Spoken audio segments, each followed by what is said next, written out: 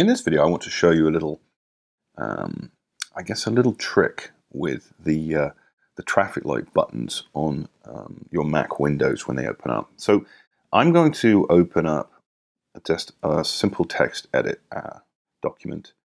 So I've clicked on the text edit icon and clicking on new document. And as you can see, it's blank and it's untitled. And of course, you're familiar perhaps with these buttons across the top. If you hover over them, you'll see, you'll actually see that extra characters appear. So you've got X, which means close, minus, which means minimize.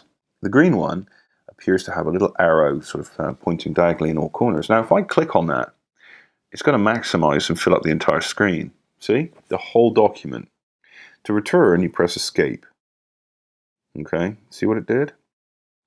Now, in previous versions, that button didn't fill the whole screen. And if you want to get the same functionality that it used to have, look on your Mac keyboard and look for Alt Option.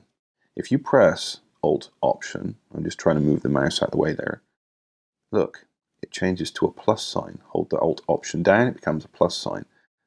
And then when you click on it, it maximizes it. You see? And again with the defaults, and again with the toggle. So use the Alt Option key to make that green button move everywhere from maximize and minimize versus filling up the whole screen. Okay, that's by the way, that functionality works with all Windows across your Mac platform.